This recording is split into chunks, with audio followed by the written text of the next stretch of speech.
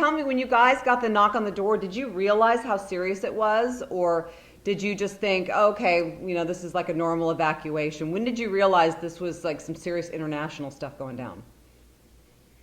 Well, I was coming downstairs. I was not in the bar with them. They were all in the bar when it was going down. I was coming downstairs to see them, and I noticed the security guard was just yelling at people to get out. You can't come in, get out. Heard sirens everywhere.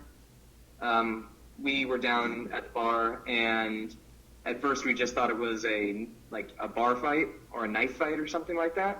But at one point, the entire bar just stood up, and at that point we realized there's probably something bigger going down, and that's when they had told us to get upstairs at first, and then eventually they had told us, you have to leave.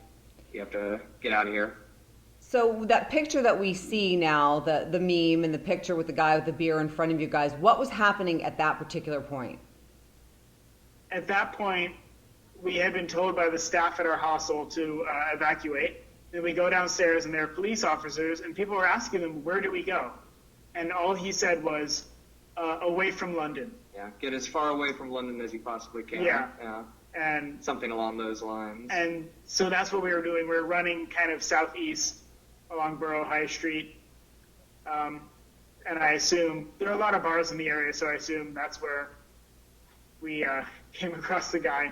We didn't really notice him either. Yeah, just I'm sure we ran right past him. Mm-hmm. I did notice cameras, actually. Yeah. I kind of I tried to point them out. I'm like, but I didn't think anything would come of it, obviously. Mm-hmm. I thought it was just some independent reporters or something. Did people seem in a panic, or were people pretty much just, pretty normal, like, okay, trying to get out of London, fine, or were people running, or what was the mood in the crowd as you guys were in them? We were running. Everybody at our hostel, it seems, we were running because we were told to run. The police told us to run. I'd say it was organized, but it definitely, there was a sense of urgency, very, very much urgent, like get out as quickly as you can. Yeah, since we were the ones being evacuated, we weren't fleeing the actual scene because we were about a block south. It was more, of an urgency than a panic. But there was panic. Yeah. Just. It depended on the person, but it did seem like it was very controlled. I think the police did an amazing job there. Oh. Yeah. Oh, London police are great. Yeah. Really great. That's good to hear. So you were about a block south. Did you see the emergency crews filing in, and what kind of police presence did you see coming in? It was heavy police presence. I heard the sirens did not stop for probably half an hour. It was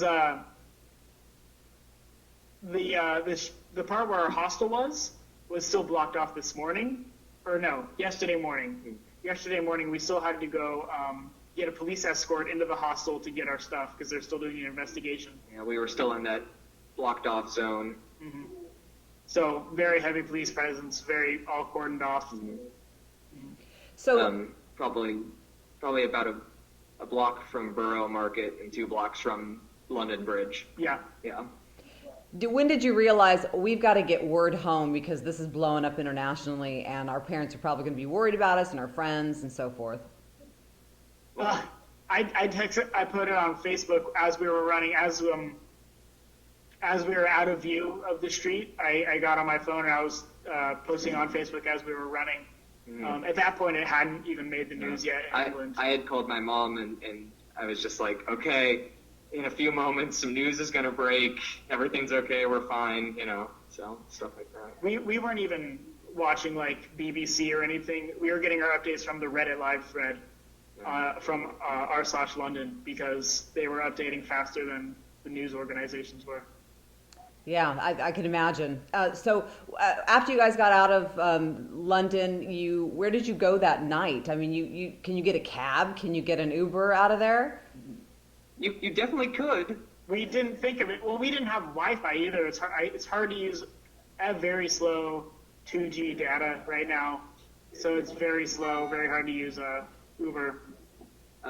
What happened is we ended up walking 8 miles, I think. 8 miles. We were originally going to the DoubleTree near Cannery Wharf. Yeah. I don't know. It was across the river from Cannery Wharf, and they were booked up, so we ended up walking to the St. Christopher's Inn in Greenwich, which is apparently what the SACB said was 8 miles away, Yeah. and that took about an hour and a half Yeah. walking through South London. Eventually, we just Spencer had bought us a hotel, the DoubleTree in Greenwich, and we stayed there for the night, and then took a cab back to where our hostel was in the morning. Mhm. But yeah, we tried to flag down a cab and stuff, but it just wasn't happening that night. Mm-hmm. So we've all, we've here from the States been hearing about Manchester and some of the other events. I mean, did you guys ever think you'd be a part of something like this, or that something like this would happen to you? Did you have any, were you looking around as you were traveling before this happened, trying to keep your eyes open for something like this? I was not. I read there was somebody being interviewed by the BBC who said he would, when he was out in a big public place, he would look for bags or whatnot being left there. But I didn't really get that. I did sense like, maybe something might happen while we're there. I mean, this is a long trip. I think it was Yeah. definitely in the back of our minds the whole time, like just in the back. You're on Westminster Bridge. You're in that area, and you're just making sure that you know where you are and are aware of your surroundings. But I think it was definitely, I mean, at least in my mind, I was thinking statistically, there's no way. But yeah, So you guys, are you glad to have that part of the trip behind you, and now you're in Amsterdam, right? Oh, it's so nice to have that part of the trip behind you. I mean, Us. London is amazing. I think we all love London, but because of this, yeah, it definitely made us want to leave at that point. But The last 2 days were definitely soured, yeah, to say the least. yeah. And then you come to Amsterdam and it's like a real life Disneyland. So All right. Well, you guys travel safe. So glad to hear that you were safe, and a pleasant surprise to be able to see a picture of all of you in that meme. That had to. I mean, your friends have to be just blowing up your phone sending you that thing. oh my god, we got, as you saw on Facebook, we got 7 messages from separate people from San Francisco and Sacramento Everyone asking for wanted to, interviews. yeah. It was 1 a.m. when I received those. I was not gonna do them. I was not gonna bother. But then I got all my coworkers posting like every article and all the videos on Facebook. They're like, oh my god, it's Jordan and River from Yeah. our work. Well, it was good to see you guys were okay, and I'm glad to hear it, and I'm glad that the trip is off to better countries, better times at least for all of you. So take care. Thank you for talking to me. I appreciate it. Oh yeah, Yeah, no problem. of course for you.